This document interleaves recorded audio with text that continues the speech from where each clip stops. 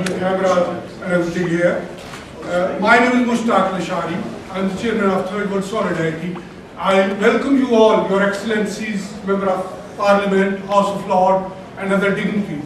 Welcome you all. 11th of September is a very important day in the 21st century. I suppose if there is any other important day, you will correct me later on. But I think it was an important day because the day 11 years ago has changed the world we live in. You and I have worked for better human conditions.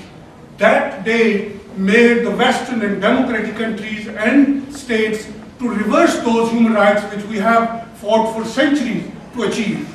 So I think that is an important day because on that day, the Muslims in general were demonized. I remember before 11th of September when I used to go to Edgware Road, everybody will run to me, are you Arab? Are you Muslim? After that, when I went to any five-star hotel, if somebody was sitting next to me, he will change the chair and go a bit further and sit somewhere else. So I think that was the day when generally the perception about Muslim changed. Perception about Pakistan was also changed very much. If you were a Pakistani, you were known as a peace-loving, Sufi, mystic, background sort of person, hard-working, worked very hard and worked to achieve your goals. But on that day, if you say I'm a Pakistani and I hold this green passport, people will not like to start conversation with you, they will walk away. And I will give you just one example and then I will ask my chairman. In 2005, there was a devastating earthquake in Kashmir. I think we all remember when 70,000 plus people died in one movement on 8th of October 2005. I was in Islamabad, that's why I remember it. And more than 3 million people were displaced, made houseless. We were trying to raise some funds for a school. So I wrote, and I think I've said this many times, but I will say it again because it is very important to keep on repeating it. I was trying to raise some funds for a school in Daud in Kashmir. And we wrote to some people in Kensington, Chelsea, and I've got some friends from Kensington, Chelsea, you are all welcome. The response, it was in Royal Garden Hotel, Christopher Goodwin in your hotel. So some people wrote back to me, Mushtaq, we love you, we love your work, but we couldn't fund a madrasa. I went back and I had to convince each person that no, I'm not working and building a madrasa. It is a school for those people who were displaced during this earthquake, which was on 8th of October last year. And I did convince some people, and Sir Malcolm Rifkin was our chief guest on that day, and the mayor of Kensington, Chelsea, Christopher Buckmaster, who is again a mayor, were hosting it. So we did it. But on that day, I decided that I will work and work toward making the world which we used to live in, and we will try to make it better for our generation. So I'm here today. Last 10 years, we were having interfaith dialogue. Muslim, Jews, Christian, Hindus, Sikhs, everybody coming in the room. But I thought this year is 11th year, so 10 years the decade has passed. Let's do it in a different. And I spoke to my chairman of all-party parliament. He said, let's do it a political event. And we wrote to Rory, Stewart, then I wrote to Seddon, and I wrote to other friends, and they said, we are very happy to come and speak on this event. So they will be speaking to you, and it is very contrast. You will hear a socialist or Marxist, in my opinion, point of view, a conservative point of view, and Muslim point of view, and hopefully Palestinian ambassador will be here in a minute, a Palestinian point of view, because I believe that 9/11 happened because of the issues in Middle East, because of the issues in Kashmir, because of the double standard of the Western world and how the unipolar world has moved from 1989 onward. So I welcome you all to this all-party parliamentary group debate, and now I will ask our chairman, Daud, to welcome you all on behalf of all-party parliamentary group on Third World Solidarity. Hi everyone, it's a great pleasure to see so many people here today, including some very old friends. Mark goes back to the time in my community where he was there when the miners' strike was on back in the early 1980s. So he's got a long track record of supporting people who are facing insurmountable odds. I'm pleased my parliamentary colleagues are here because this is an issue that affects all of us. And I'm particularly glad to welcome the High Commissioner and his Deputy High Commissioner, and we look very forward to hearing what you have to say. On 9/11 in 2001, I was actually on the platform of the General Council of the Trade Union Congress, which is meeting again today in Brighton. And when we reassembled after lunch, we weren't really sure what was happening, but the news was just starting to break through. And Tony Blair came on the platform, that's where I was sitting. And a colleague who was next to me said, "Dave, what do you think is going on?" And I said, "This could be the start of World War III." And I probably didn't really think that. And so far, it hasn't really happened. But there's no one can say that it won't happen as a direct result, or at least an indirect result of what happened on that fateful day, because I think if anybody was to put their hand on the heart today and say that nowhere we'll be in 5 years' time, and we'll be a safer or less safe place than we are now, I don't think they could do that with any degree of certainty. So it is fitting that we meet today and we discuss these issues. I do have to give apologies because I have to go to a meeting with the local fire service chief from the North East in about 20 minutes, but I know that being capable hands of my colleagues and Mushtaq. So I don't know who you want to speak first, Mushtaq? Because there are cameramen, can I ask the cameramen to take the cameras out, and I'll request the speaker to stand up to speak that you can film them, and if you just focus them and then move away that people behind you can see. My first speaker, the Chairman and Your Excellency and Honourable Member of Parliament, is a quite well known in our communities. He has written many books. He was a Deputy Governor in Iraq. He became MP in 2010, and he has written another book. And then I have seen him on not only in the UK, in Europe, but also in US television while he was debating his book. Can I invite first speaker, and although he's keynote speaker of today, Rory Stewart, to speak on this subject.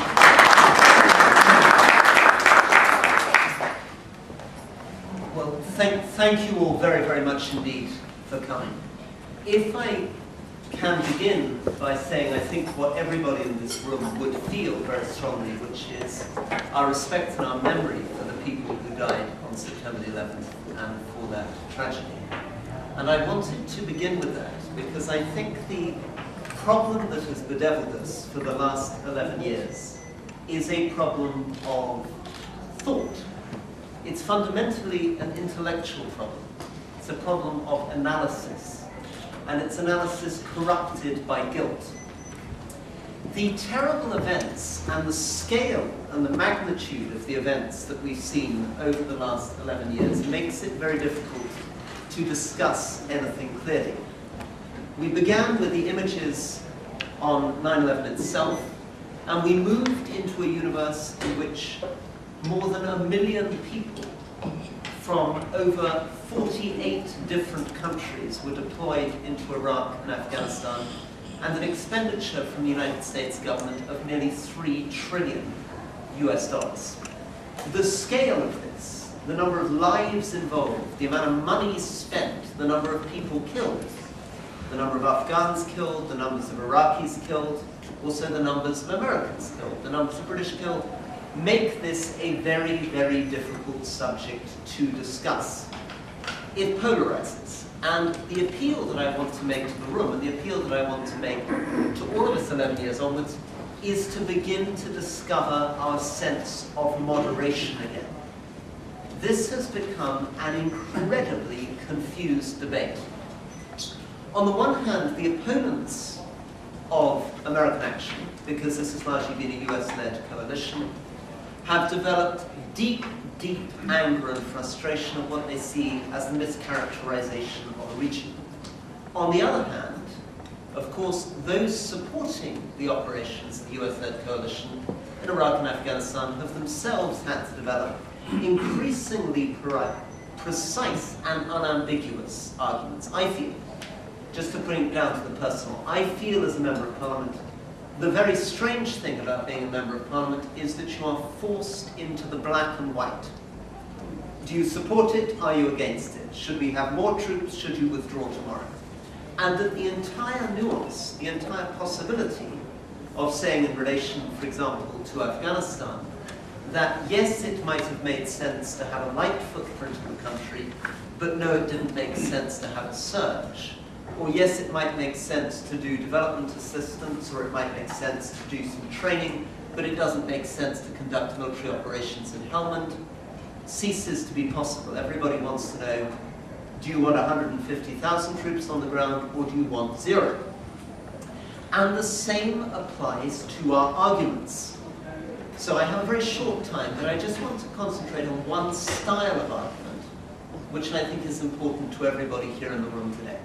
And I'm going to focus on the argumentation of President Obama in his address from 2008, end of 2008, and then into his address in 2009. President Obama essentially said, in relation to Afghanistan, that the entire operations there could be arranged around a chain of logic. He tried to connect various different things in order to connect a very small starting point, which was, of course, the events of 9/11, small in magnitude compared to what followed, not, of course, small for the families who went through it, but small in magnitude compared to what followed, and the relatively narrow issue of counterterrorism to the much broader issue of counterinsurgency. How does he do this? President Obama stands up at the end of 2008, beginning of 2009, and he says, having said in his electoral address, in order to catch Osama bin Laden, we must win in Afghanistan and stabilize Pakistan. There you have it. A relatively narrow objective, catching Osama bin Laden, attached to this much, much bigger, broader project. Winning in Afghanistan, stabilizing Pakistan. How is this possible? Well, the answer is, in between is a chain of logic as follows. In order to defeat the terrorists, you need to defeat the Taliban. In order to defeat the Taliban, you need to defeat the terrorists. In order to defeat the Taliban, you need to get economic growth. In order to get economic growth, you need to defeat the Taliban. In order to create regional stability, you need to defeat the Taliban. In order to defeat the Taliban, you need to create regional stability. These circular arguments, so that the initial objective, killing Osama bin Laden, expands into a whole universe. And it's a universe in which all of us participate, in which we're all complicit. Because very quickly, almost everybody involved in international affairs, journalists, charitable workers, religious organizations, multilateral organizations, businesses, begin in their own way to exploit the opportunities connected to this. So that you end up in a situation where progressive international charities who don't support the war will begin to say, in order to get the money to build schools, oh yes, through education we're going to be able to create economic growth, and that economic growth will defeat the insurgency, and that insurgency will defeat terrorism. So could you please give us £10 million from your counterinsurgency fund to fund our schools? The government of Pakistan is tempted into a similar situation. Who knows what the government of Pakistan 3 years ago really thought about the threat of Afghanistan to Pakistan? So there was a theory in the United States, and the theory was as follows. Very broad terms, people in the United States in 2008 were saying, if Afghanistan falls, Pakistan will fall, and madmen will get their hands on nuclear weapons. That was the extreme position in 2008 in the United States. Did anybody in the Pakistani community believe this? Did the government of Pakistan believe this? Who knows? Because that's a very big claim. It's suggesting that what happens in Uruzgan or what happens in Helmand is somehow necessarily going to affect what happens in Islamabad. It's suggesting that a relatively minor event in a neighboring country can destabilize a much larger neighbor. It would be like suggesting that somehow, I don't know, the security of the United States depended on what happened in Mexico, for example, to try to take a picture. Who knows whether people believe this, but the fact is everybody said it. Why did people say it? Because it's very convenient. If you're asking for money from the United States in order to fund your military, if you're asking for money from the United States in order to fund your educational system, if you're asking for money from the United States in order to fund your health service, it is very convenient to connect whatever you want to do in your own little sphere, in your village or in your country, with the bigger narrative connected to 9/11, with the bigger narrative connected to terrorism. Which is why, to conclude, I would say that the appeal that I make to everyone in this room is to rediscover the language of moderation, to get out of the scaremongering, to get out of the extreme stories. We would have been much better over the last 10 years not presenting Afghanistan and Pakistan as the sum of all our fears, not using it as a threat, not running a protection racket against the world. I had a conversation with a senior minister from one of these countries in 2008 where he said to me, please stop describing my country as a humanitarian situation. We need to be the #1 terrorist threat in the world. And when I said, why do you need to be the #1 terrorist threat in the world? He said, well, if we're not the #1 terrorist threat in the world, we're not going to get any money. Right? If we're not the #1 terrorist threat in the world, we'll be treated like some African country. We need to develop the confidence to say that countries like Pakistan and Afghanistan, instead of being somehow extreme nightmares, are part of a group of countries, 30, 40 countries, in which the international community has obligations, humanitarian obligations, developmental obligations towards the people of those countries. Countries in which it may also be true that the international community might have legitimate security interests. Countries where it might make sense for the international community to invest money or get involved in various projects in those countries. But not countries which justify the investment of $150 billion US. Not countries which involve the deployment of 150,000 troops. Why? Because when you make that transition from the moderate to the extreme, from the small investment to the large, you create a situation that is not good for the United States or Europe, and is certainly not good for Afghanistan or Pakistan. You create a situation like a bad marriage, a codependency, where everybody dislikes and distrusts each other. A situation in which the governments of those countries are tempted to throw their hands up in the air and say, what do you want us to do here? We don't know what we're supposed to be doing, we don't know what the United States is supposed to be doing, we don't know whose responsibility it is, we don't know where the money's coming from, we're not being free to spend our own money, there's no trust, there's no belief, and this is entirely mutual. An entire system of frustration, distrust, and dislike is necessarily built into projects of this scale. Necessarily, this is what happens if you end up spending $150 billion US a year and deploying 150,000 troops into a country. The lesson that we need to take forward is not despair, it's not black and white, it's not total withdrawal. Nor, of course, is the lesson going forward that we need to do more, that we need to spend more. The lesson that we need to take forward is that the engagement between countries, like the engagement between humans, is a question of moderation.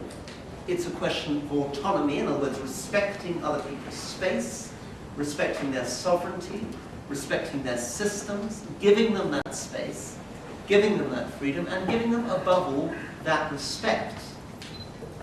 And creating a situation in which our engagement is humanitarian and diplomatic, as opposed to primarily military.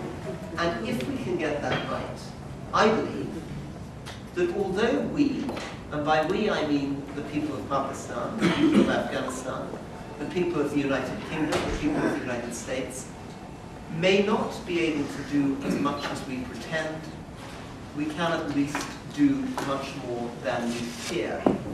Thank you very much.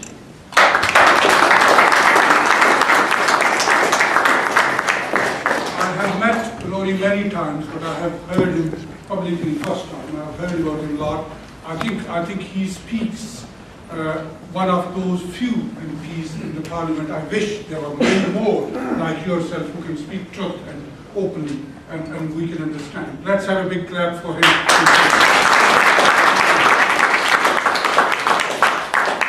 Many friends here, members of Third World Solidarity, including chairwoman of Third World Solidarity Executive Committee, Sandra Settley, who is a journalist as well, and founder member of Third World Solidarity, many other members of Third World Solidarity, His Excellency Ambassador of Afghanistan, who will contribute later on in the debate, John Hemming, Member of Parliament from Birmingham, who will also contribute. I know some people will leave because they have to go, as Dave has to go, Rory has to go, and His Excellency Ambassador, High Commissioner of Pakistan has to go.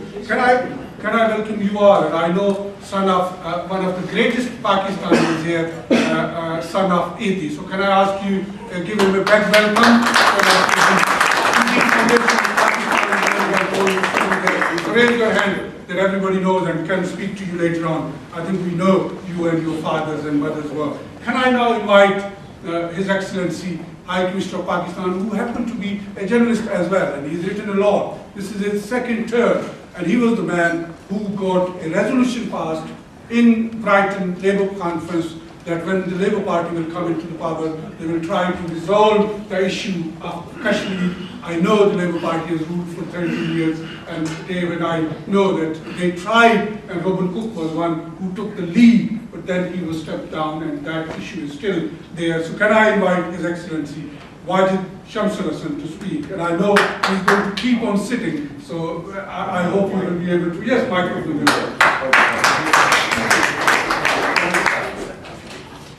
Thank you, Lasharie.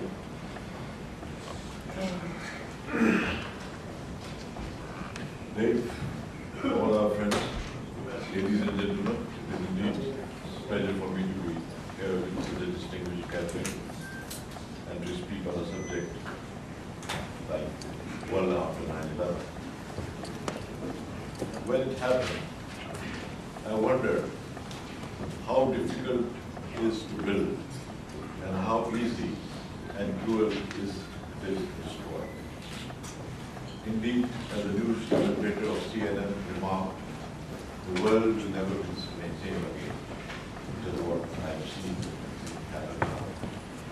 And so we did plunge in a century of terror, as I would call the century. Distinguished ladies and gentlemen, we meet today under the auspices of all party parliamentary group Manuel solidarity, and that is a job they have been doing well, highlighting various issues very well. As far as I'm grateful to Lasharie for describing me as a journalist for a long time and a diplomat shortly.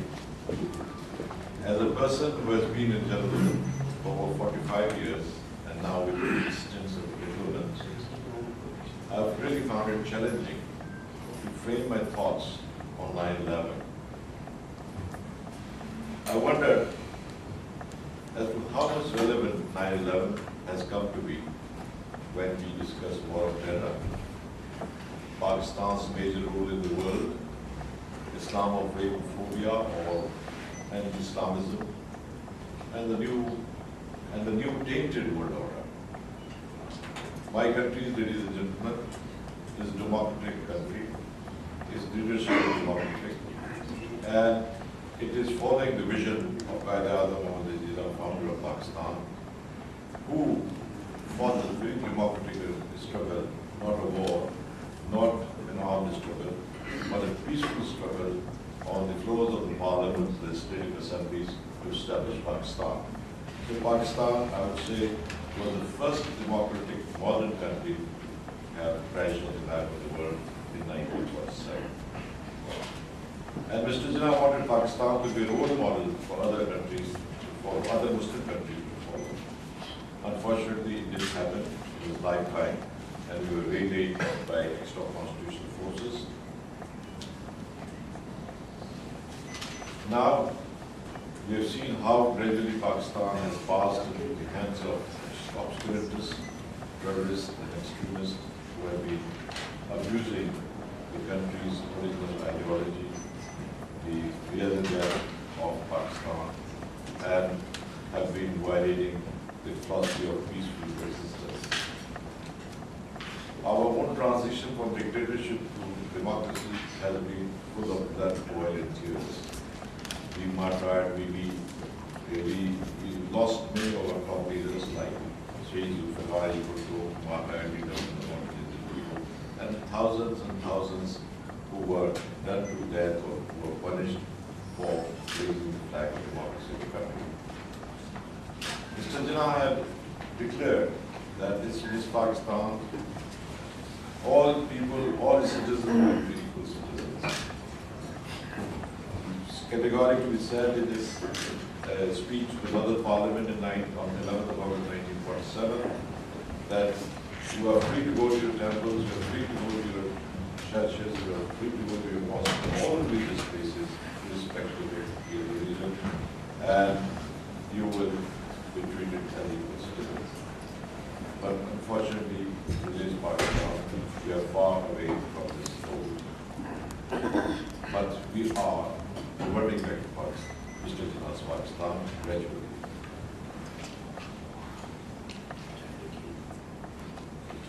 Pakistan, as you know, faces multifaceted challenges today, but we cannot shirk from our responsibility and also responsibility by association of getting involved in a war, in a jihad, American-made jihad, to see the liquidations of the Soviet Empire. And subsequently, we also became a party to war in terrorism by the United States against their own created jihadis like Osama bin Laden and others, who they have recruited from all over the world to fight against the Soviet Union. Today, 30 years down the road, we are victim of on both these counts, United States versus Soviet Union and now versus jihadis. They have both become very victims. I will recall here, because this is very relevant, I will recall here a comment by a famous writer, intellectual, Sally Harrison, in 2001, I think few months before 9/11. The American scholar Sally Harrison repeatedly blamed CIA for creating the monster that was Mujahideen, now known as Taliban. Just 8 months before 9/11, at a conference in London, Terrorism and Regional Security, and the title was Managing the Challenges in Asia, Sally Harrison's report, and I quote, I warned them that we are creating a monster, and he added, the CIA made a historic mistake in encouraging Islamic groups from all over the world to come to Afghanistan. The US provided $3 billion for building up these Islamic groups, and Pakistan was used as a channel. Harrison further disclosed that he had meetings with CIA leaders at the time when Islamic forces were being strengthened in Afghanistan. They told me, I quote, they told me that these people were fanatical, and the more fierce they were, the more fierce they would fight the Soviets. I warned them, Sally Harrison says, that we were creating a monster. Even my own leader, Mohammed, had warned President Bush Sr. that the ginning that they were creating would be hard to put back in the bottom. At long loss, it has been officially accepted by the courageous US Secretary of State Hillary Clinton that Pakistan today is reaping the harvest of the seas sold by the United States. Once communism was defeated, the free world shied away from Afghanistan and the region. The responsibility to build a war-torn country were relegated to a back burner. And unfortunately, that the greatest blunder happened, 9/11 took place, and great George Bush Jr.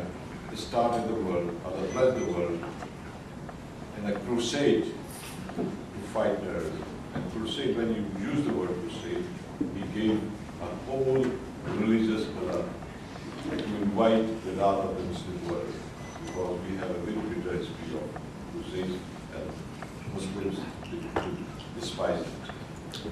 Although he regretted and he retracted from his statement, but that divided the lines clearly, and they brought into force what Huntington said, clash of civilizations. That was the beginning of clash of civilization.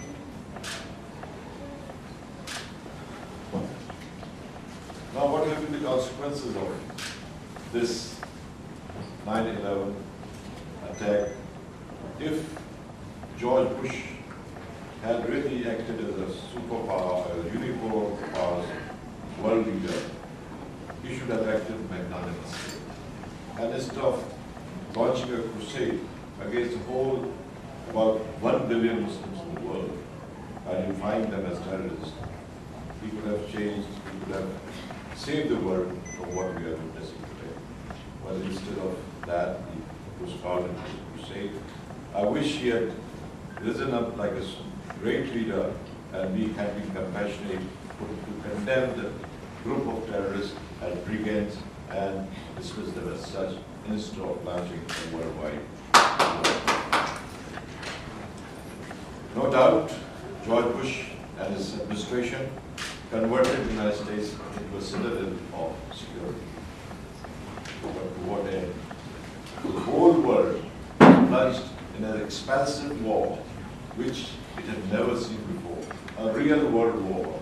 You had a faceless enemy everywhere in the world. It could be seen in London, blowing up trains. It was seen blowing banks in Turkey, Madrid, and other places. And today, even today, somebody could walk in and do us a lot. So that sort of enemy we created. And these are some of the consequences that we don't know how they're going to go about it. If I, a little bit digression, if you go back, 1914, you had the First World War, but it was limited to some theaters. 1940, in 39, you also had World War, it was limited to theaters. But now you have enemy, everybody is suspect, enemies. Everywhere human rights have been country. Even in this country, it was a sort of heaven for all the people. Human rights have been country. So it's the worst victim of human rights in the world. Unfortunately, why we are sitting here and why we are grumbling so much about it? Because of the fact that some of the powers that matter in managing world affairs have always followed them. Quaid-e-Azam Mohammed wanted Pakistan to be a democracy, and we were going very happily onto that goal. But unfortunately, the United States discovered us to be a highly important country for their strategic reasons, and they rushed to the first available journal to get him back into the seat of power with basically government. And that has been our history since even till 9/11 when we had a dictator. And British government, Americans, they called him an outcast, a pariah, all that. But after 9/11, he became a darling of the West. Tony Blair, but refused to meet him, queued up in the kitchen of King of Jordan's palace to seek audience for our general public. Same was the case. George Bush didn't know whether he was president or prime minister. But when 9/11 happened, he recognized him, he was president, and he welcomed him to Camp David and entertained him as a superstar. So what happened was, while the people of Pakistan denied legitimacy to all these democratic leaders, the Western world, the people whose leaders always professed to make some word safe for democracy, to make word safe for freedom and tolerance, they succumbed for their expediency to the rulers and handed over the destinies of so many billions into their hands. Similarly, even now, if you look at Syria, what is happening in Syria? I condemn what is happening in Syria. Killing of civilians is really mechanical. But see how strange bedfellows, how strange people are sleeping in the same bed.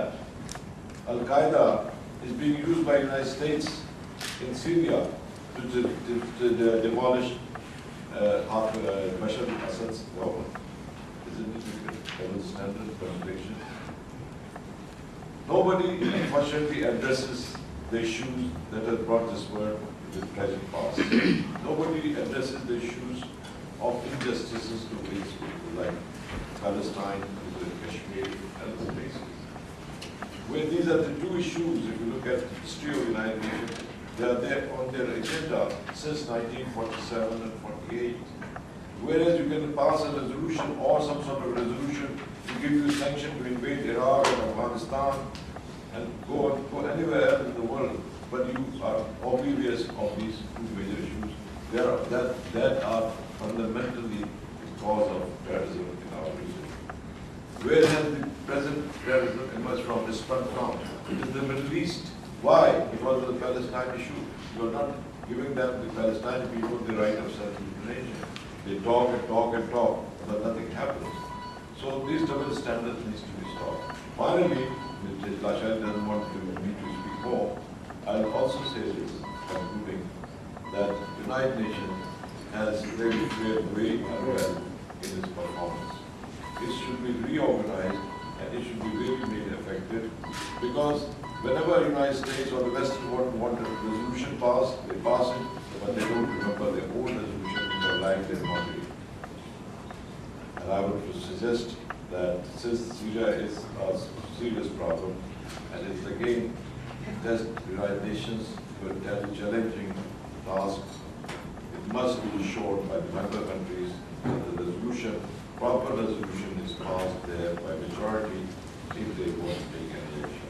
But without that, the war should not be given in dismissal. You know, we must not surrender to expediency for the cause of justice. You know, justice needs to be protected. If you do not protect justice, then you will not have peace in the world. Thank you very much.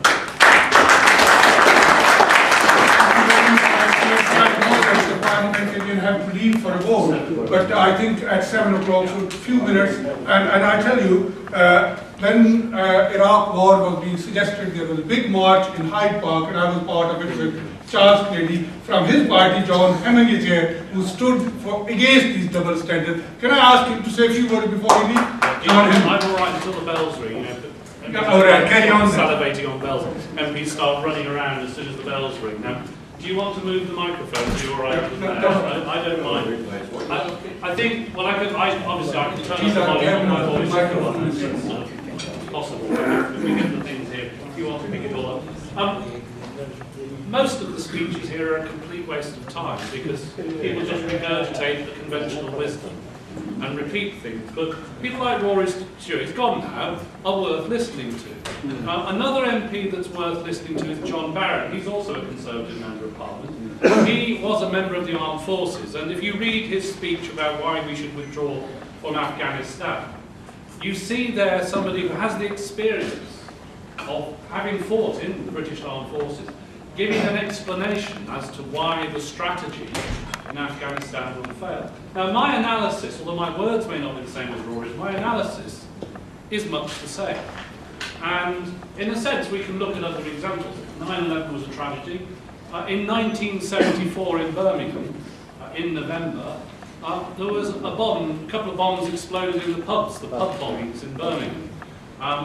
The consequence of that, Birmingham had then a very large Irish population. The consequence was to build tension between those who perceived themselves as Irish and those who perceived themselves as not an Irish. And the them and us situation developed. I happen to have some Irish ancestors, so it's a bit difficult for me to pick a side between Irish and non-Irish because I'm a mixed sort of person. I have actually got an ancestor who was born in India as well, so I'm mixed in all sorts of ways, so it may not be obvious.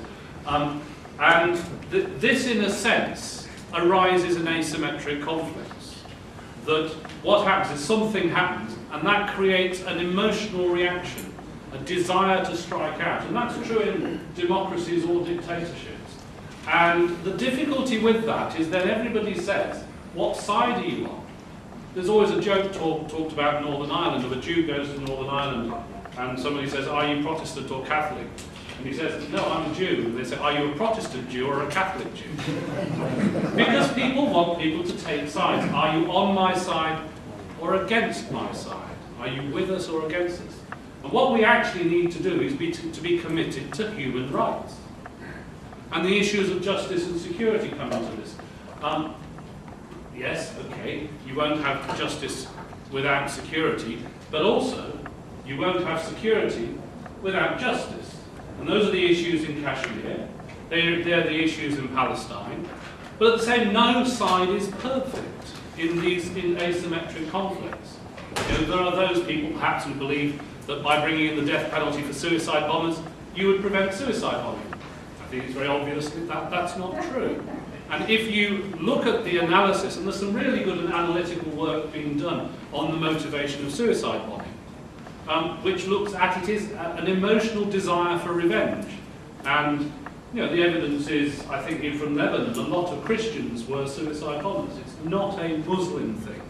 It's an emotional desire to strike out, to the extent that somebody's emotional desire for revenge is so great that they don't care if they die.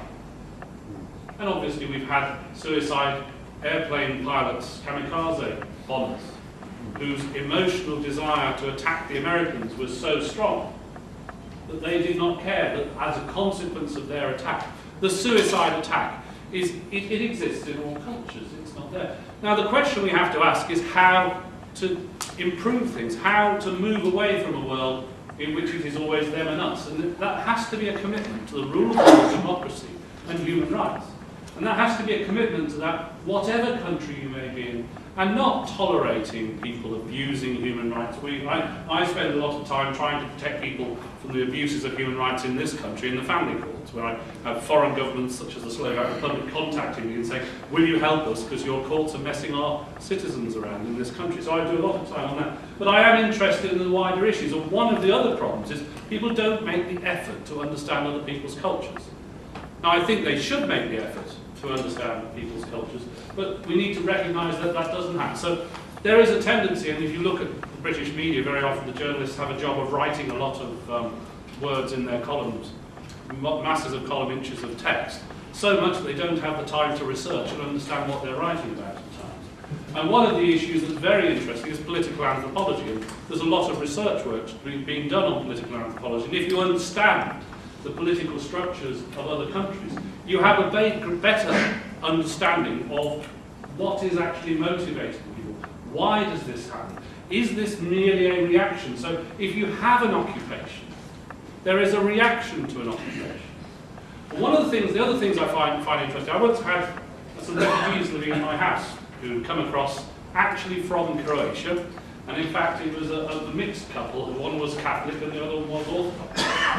And they happened to be associated with the Orthodox religion camp, and so they'd been blown up in their houses in Croatia, and they came to live in Birmingham. And there you had a very interesting example of three different factions in a country generally getting very upset with each other. Obviously the Bosnians suffered particularly, including these. Right, okay. Well, just one final, the point about Syria, suddenly Al-Qaeda, who are so unpopular. If you look at Iraq, it was basically, to some extent, siding with the Sunni Muslim Iranian sort of nexus to take out Saddam Hussein. Now suddenly everything's changed, and it's Al-Qaeda who are best of friends to try and turf out the Druze in Syria. Where are the principles? There are no principles. We have to be committed to principles, and principles of human rights, democracy, and the rule of law. I can hang on for a few minutes.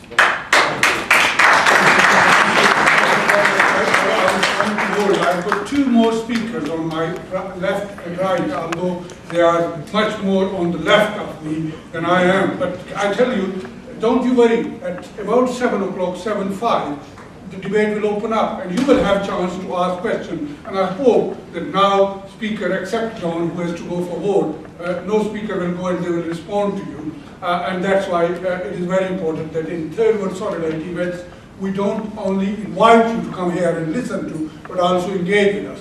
So can I now invite next speaker, who was so much on the left that Tony Blair blocked him to become MP of this country.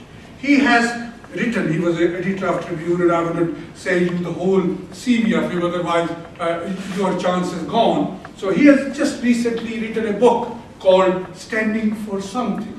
And I think some of you went to its launch, and I know you loved it. And then underneath it says, Life in the Awkward Squad. So can I invite Mark Seddon to speak, and I hope you will stand up as well and bring these. You don't have to be that left-wing to be the left of Tony Blair. I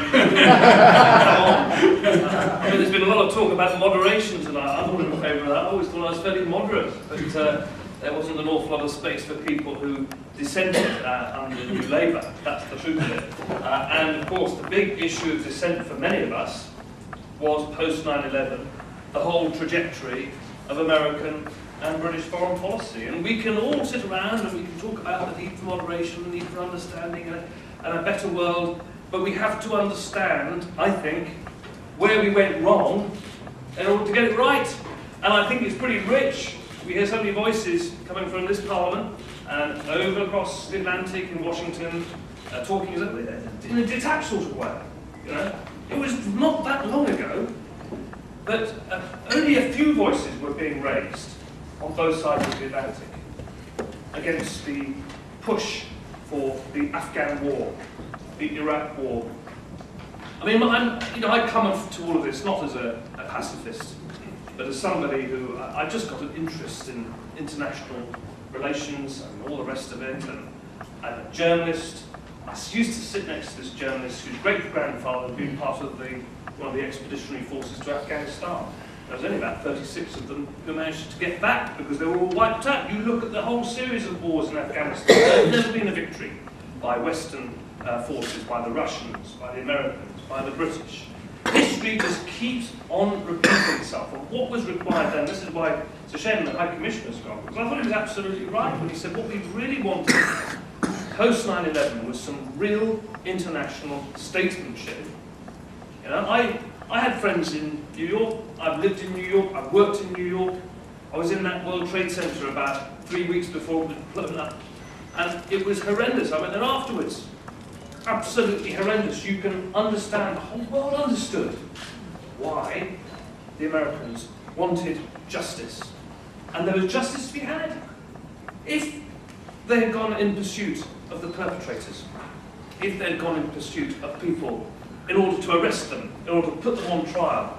And by the way, I'll say something else about Osama bin Laden, because I think that he should have been put on trial. No, he should have been in the Hague. He should have been charged with crimes against humanity. But he was killed. It was an extrajudicial murder.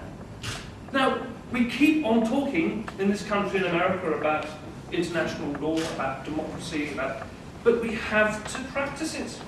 And my disagreement with Tony Blair, at the time I was on the National Executive of the Labour Party, 3 times I tried to get a vote.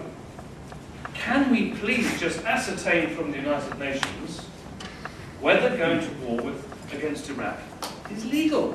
3 times it was thrown out. Not by having votes very often, they just closed the meeting down. Tony Blair did not want to go to Kofi Annan to ask that question. Tony Blair, we know, sent an email to George Bush saying we'll support whatever you do. We know that. We have to go through this charade of an inquiry. By the way, whatever happened to that inquiry? It seems to have gone very, very quiet. What happened to that inquiry about the Iraq War? Where is it? I'm sorry, but we have to, in order to move on, in order to reinforce that which we believe in, international law, a strong United Nations, a bigger Security Council, a reformed United Nations, more powerful General Assembly, real, and I do believe in responsibility to protect. I do believe that the international community has to intervene to save lives, genuine humanitarian interventionism, but not when it was subverted by people who had a different political project. And there were people, we know this. It was called the Project for the New American Century. They had a view of the world, and they sought to change it. And I think John's got to go, the bell is rung. But you look at it. Rory mentioned the price, the gold, the treasure the United States spent on those wars, $3 trillion. But he didn't mention the number of people who died. 1 million people. 4 million people displaced. That this has been a terrible, terrible tragedy, and following from it, of course, there's a whole panoply of attacks on our freedoms, on our civil liberties.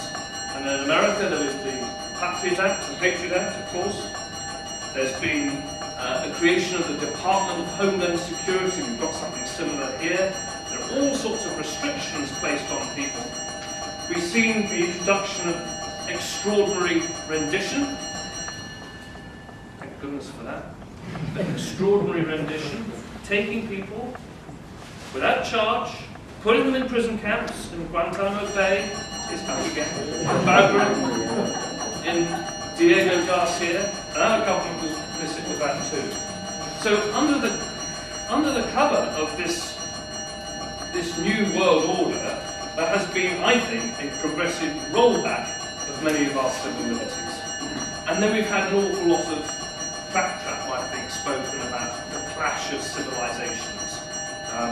And we've had the demonisation, as Mushtaq was saying, in many parts of the world, of Muslims. And after my experience on the Labour Party ABC, and after this experience of the Bell, I think I might get back there, I went to join Al Jazeera Television, and I was based in New York. I was their UN president for a number of years. And I remember the enormous row over this mosque that was going to be built at Ground Zero, except it wasn't a mosque. I mean, so much of this sort of antagonism, so much of this ignorance, so much of this fear has been built up, I think, in the years since. So it hasn't been good for any of us, really. And what we have to keep our eye on now in this new era of instability is this idea that we can intervene without recourse to the UN, without recourse to international law. When they say we, I hear this all the time, it usually means the West. And when they say we, it can mean against Iran. It could mean arming sides in Syria. And by the way, nobody should be arming the different sides in Syria. And nobody should be engaged in this build-up to a possible war against Iran. Have we learned absolutely nothing at all? So in order to try and get this sort of meeting of minds, this moderation, this bringing of people together, this ending of this claptrap about wars and clashes of civilization, all that sort of nonsense, we really do, I think, have to look at how we make responsibility to protect effective. Just stay on this very briefly, Mushtaq. Responsibility to protect the international community through the UN has to protect civilians when they're being attacked and killed. And that was the point, by the way, for the resolution to protect civilians in Benghazi. I think that was absolutely right, most people did. But you can't then have unilateral activity from other countries saying it's got to be regime change, because that means it's so much more difficult to get the Russians and the Chinese to do the right thing in Syria. We have got to see an end to unilateralism and foreign policy being decided on the hoof without recourse to the international law and to the United Nations. However frustrating it can often be, however slow the UN can be, it is the best that we have. We've got to also ensure that The Hague, the International Court of Human Justice, is there to try people who abuse and discriminate against and attack people and essentially have, in the old way, as I said, of Hermann Göring, his crimes were unique in their enormity. People who have committed war crimes need to be on trial. We need to reinforce international law. We need to reinforce the UN. We really, really have to stop unilateralism. So I think we're learning the lessons in many ways, you hope, but I think there's some very, very hard lessons to be learned, and that requires practical responses, and I think we're moving very slowly and not quick enough.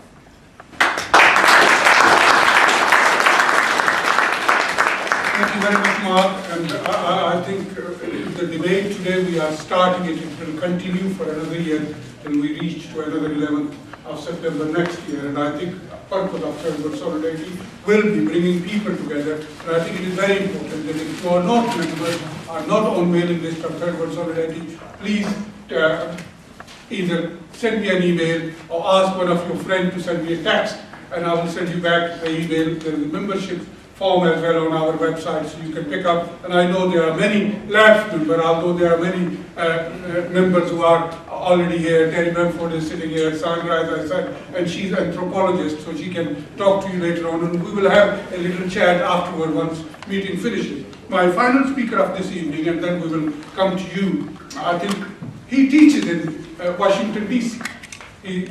is from Armenia. He was in Armenia, born in Armenia, moved to Jerusalem, then moved to Washington, teaches there. A few years back, he was asked to take up the position of Ambassador of Palestine in London. He very happily did it because he thought that London is a very fair, tolerant society, so I will be able to make a big impact. Let's listen to him. Has he made any impact and what he thinks of the Palestinian situation in Middle East suffering today? Professor Manuel Hassassian, Ambassador of Palestine.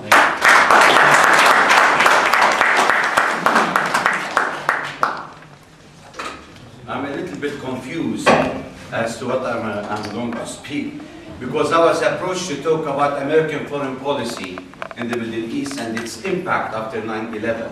And now it seems that the topic is moved into Palestine. Anyway, I'm not going to wear the hat of a diplomat tonight, but I will wear the hat of an academic who has been teaching American foreign policy and who happens to be born in Jerusalem. I'm by ethnic origin Armenian, but I'm Palestinian by birth, and I am Catholic by denomination, Christian by religion, but also Islamic by culture, and Arab by nationalism.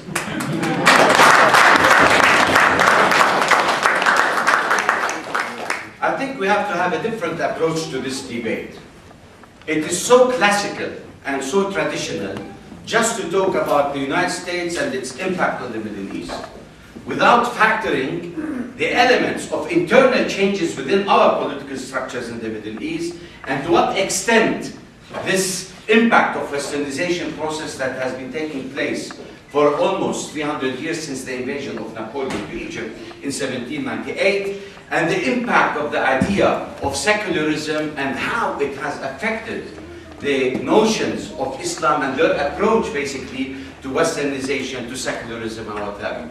This is the right approach to understand the mechanisms of change in the Arab world today, and why do we have Arab Spring, which I hate to use Arab Spring, this is a notion that came from the West. I think we have to say Arab awakening, shifting from secularism back to what we call fundamental Islamic religion. We don't have many changes to talk about, ladies and gentlemen. When we talk about foreign policy of the United States in the Middle East, it has always been constant and the same. And if you go back to the Truman administration back in 1946, up till now, US foreign policy has been based on 4 cornerstones. One, to contain communism in the Middle East. Now, of course, by the crumbling of communism, they created a new enemy, and that is Islamic fundamentalism, in order to preserve their interests in the Middle East and to justify their hegemonic imperialism in the area. That's number one. Number two, in order to control and try to be, much more in control of such dramatic changes, they have, of course, to have a patron-client relationship with something called the State of Israel, which has unequivocal support to it since its creation up till now. The third, basically, is always to secure their oil interests in the Middle East. Let's not kid each other about the idea of invading Iraq because of September 11th or Qaeda or whatever. No. The question is oil, the control of the Caspian Sea, the control of the emergence of Russia and China as big economic power. This is why the Americans wanted the Middle East, which is considered to be a geostrategic interest for their own interests. And number four is to try to curb any kind of radical movements in the Arab world and support Arab proxy regimes that proved nothing except being futile for the last 5 decades. They did not achieve Arab unity, neither pan-Arabism, nor they have liberated Palestine. So what we have witnessed is constant corruption, one-party rule which ended up in dictatorship, and it was, as I say, we're stuck between the historically inevitable and the politically impossible in the Arab world. It was not by sheer choice that we, the Arabs and the youth, have come forward to change those corrupt regimes. It was a historic inevitability that it had to happen, because there is no way we could have sustained the status quo for another decade or so. And this is a new era for the emergence of Western democracy. And we don't talk about democracy and the emulation of democracy and rule of law and human rights and what have you, because we have all these principles. And here I'm talking as a Christian. All these principles are found in Islam, in the Quran, the Sunnah, and the Hadith. There is nothing new that you are borrowing from the West. We have to understand that democracy a la steel, the Western style, cannot really fly in the Middle East. We have to understand this reality. We have to understand that democracy is bureaucracy in the Middle East. We have to understand the question of human rights has been there, indoctrinated in our principles of culture and religion. So there is nothing new that we are borrowing from the West, except the issues of secularism, separation of church from state, except the issues of democracy, rule, minority right, and those are in total contradiction of the Islamic principles. How could the West try to inculcate such ideology in a world that has been politically, culturally, religiously Islamic all the way? So I see there is a big challenge here. And that challenge is not just going to go idle. Because what we see today is the re-emergence of fundamentalism, but with a new practical approach of pragmatism, which is choosing between constraints. It's no more the Abdurrahman Kawakibi, Afghani, Abdo, Rashid Rida, and what have you. Those pioneers, Tahtawi, who talked about, the Enlightenment period of the French Revolution, of Condorcet, Mirabeau, and what have you, Rousseau, and all these ideas that came basically as a sudden great change in the political discourse of the Arab world that has been under the Ottoman rule that abused Islam as a facade to maintain their own, hegemony. That was fine then. But today the challenges are completely different. So Islam that adjusts its way and accommodates its way to time and span should not be really faced away, because it is a mere challenge of how today Muslim thinkers and ulama are perceiving the West and what to choose from the West and not what to choose from the West. This is what I call the new Enlightenment period that came after so many defeats of the Arabs by Israel and what have you. And if we try to look at the emergence of the American being a unipolar power, and after 1988, when the crumbling of the Soviet Union took place, what have we seen for the last 24 years? We have seen the emergence of a police state